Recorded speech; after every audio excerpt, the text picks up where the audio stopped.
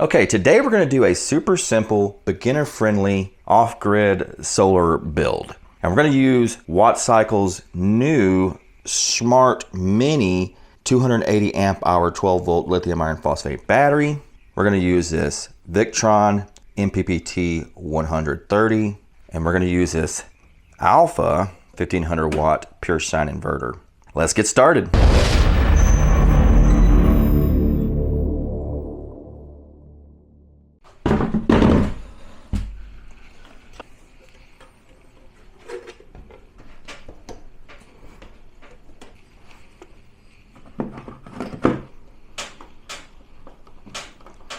Now I got a couple of things that is going to make this a easy build with minimal components necessary. So we're not going to use bus bars. So usually you would use bus bars to connect your battery and then connect your charge controller, connect your inverter, and normally you would have these fuse blocks. So maybe one of these fuse blocks to your inverter, and then one to your battery, and then another to your charge controller. So instead of using bus bars and individual fuse blocks, we're going to use this battery terminal fuse. So this is a battery terminal fuse block that obviously bolts directly to the positive post of your battery. And on it is two fuses. So I've got one fuse for my inverter, and then I've got another fuse for my charge controller. And since those are the only two items I'm going to be hooking up, I've got two spaces to put them. And the fuse block is an MRBF terminal fuse block from Blue Sea Systems. And I also bought the fuses from them as well. I'll leave links down in the description. Now, one of the other parts that we won't need to install is a shunt. So normally you would install a shunt with this screen on it, so you could track the power going in and out of your battery. This would also tell you the state of charge of your battery. We're not going to need that because we're using a smart Bluetooth battery, and we get all that same information from their app. So here's the WattCycle battery app, and there's our battery. We can connect to it, and then it tells us our state of charge of the battery. So we'll know how much power is going in, how much power is leaving it. We can disable charging, disable discharging, look at our temperatures. So that's going to be very handy for us.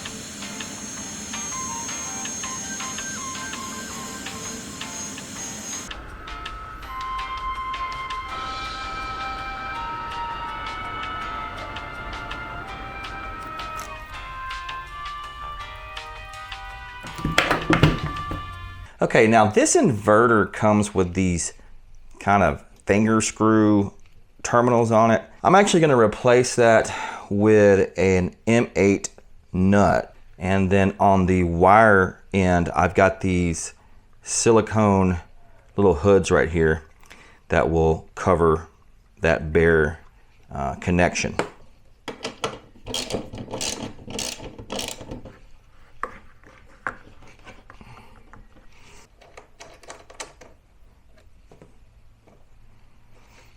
I'm just going to leave that loose for right now because we've got to add another negative wire to go to the charge controller. So here's our fuse terminal block. Let's go ahead and put that on the battery.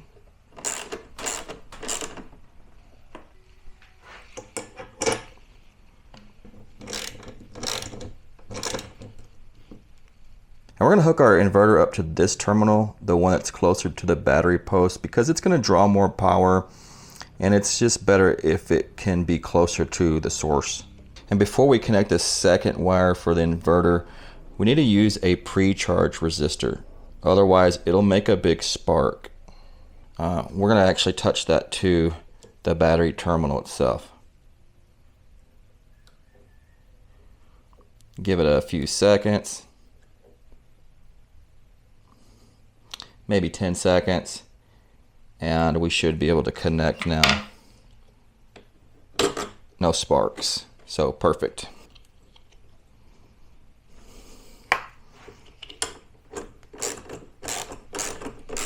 Okay, there we go. We've got the inverter wired up to the battery and the fuse block up here. Now we need to make up some cables to go from the charge controller to the battery and its fuse.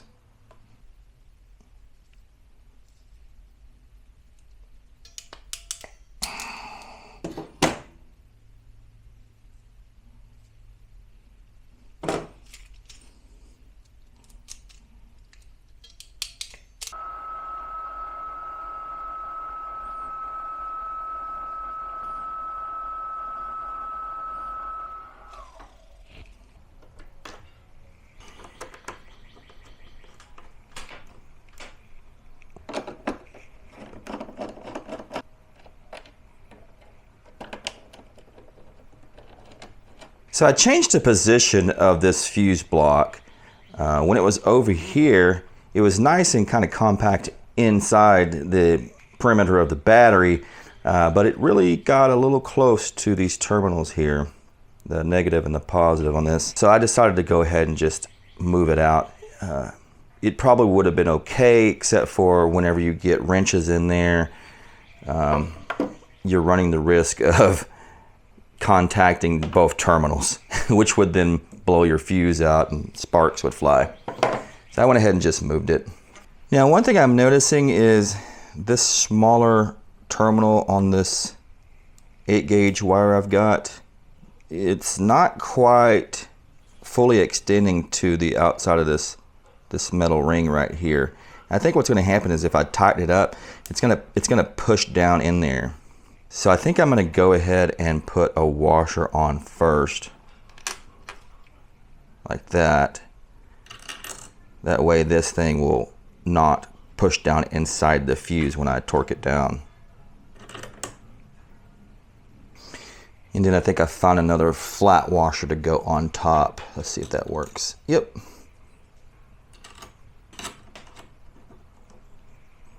And the torque specs for this fuse terminal block, it says maximum torque 75 inch-pounds or 8.47 Newton meters. So I've got my torque wrench set to 8 Newton meters, and we'll go with that.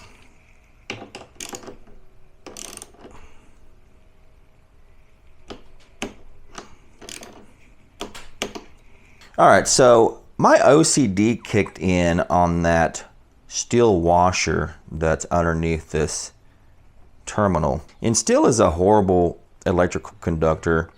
It's really best to have, if you're going to do it, use a copper washer. So I didn't actually have any copper washers, so I took an old fuse and clipped off that little tab off of it. And so I've made a square copper washer. Now you can buy copper washers. This is just an M8 size terminal. But let's go ahead and replace that steel washer with this copper one.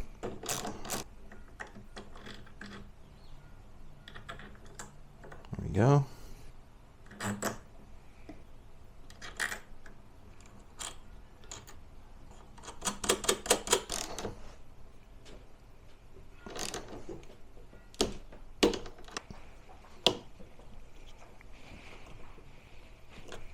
Also, make sure you look up the torque specs for your charge controller in the manual, because that's important to torque these wires down properly. If you don't, these terminals can actually melt. All right, so we pretty much got it together other than having some solar wired in. We'll get to that in a little bit. But first, what I want to do now is I'm going to run my heater. It's actually cold today.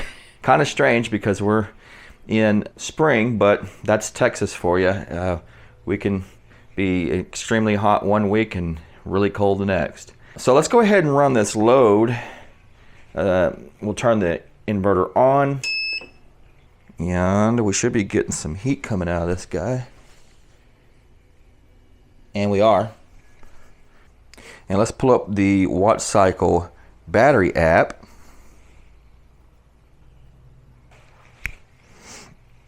All right, and it's showing we are discharging 77 amps at 1,000 watts. Our battery is still showing 100%. Obviously, that's going to change. There we go. Now we're down to 99.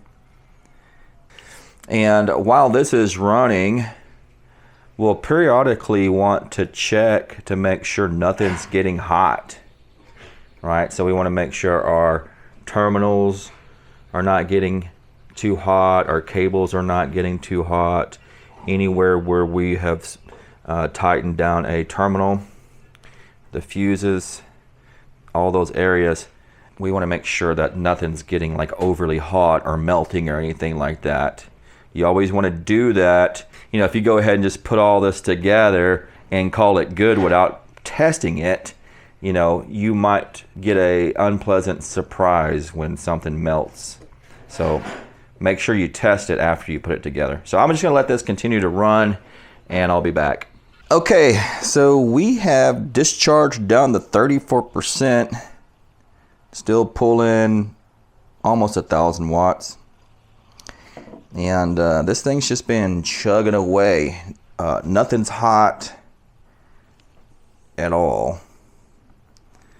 So we're good on that. Now, while this has been running, I ran down to Harbor Freight, which is right down the street from me, and they had a copper washer assortment. I think this 5/16 is close to an M8, and I've already got this one pulled off, our little square one that we made. I got that off. Now I want to see if these will fit on there. So I think it's just good enough to cover the ring. So like I think it's on there close enough to keep this thing from sucking down into the fuse as I tighten it up. Now you normally would not use this, right? You don't want to use this, especially under this high current one or anything like that. And I'm only using it because this terminal just doesn't contact the top of this fuse super well. So let's go ahead and put that back on.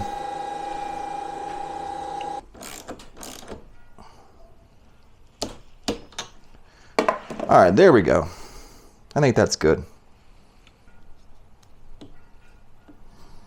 Okay, so I also hooked up our solar disconnect here and tied the cables into the PV input of the solar charge controller.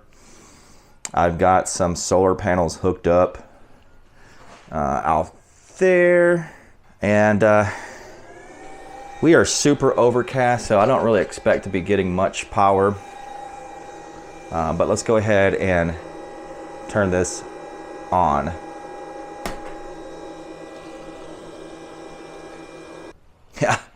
Yeah, we're only getting like 58 watts. No sun out there, unfortunately. All right, guys, so I think we're gonna wrap the video up. There are actually other reviews done on this exact battery. I'll link one from Off Grid Basement.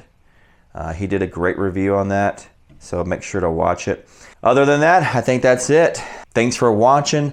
I hope you enjoyed it. I hope it was helpful. Leave me a comment down there below the video. Let me know what you think about this system, and I'll catch you on the next one.